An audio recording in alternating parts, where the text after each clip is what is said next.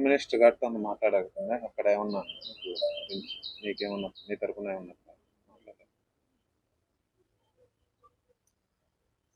Support అయితే ఇస్తాము అని చెప్పారు, కానీ ఎంత మటుకు చేయగలుగుతారు ఇది స్టేట్ గవర్నమెంట్ పరిధిలో లేదు ప్రస్తుతానికి. కానీ విట్నెసెస్ అందరూ ఇక్కడే ఉన్నారు,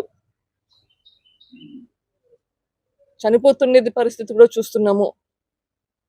విట్నెసెస్ అని జాగ్రత్త పరచుకోవాలి, అక్యూస్డ్ జాగ్రత్త పరచుకోవాలి, లేకపోతే జస్టిస్ అనేది ఎట్లా వస్తుంది?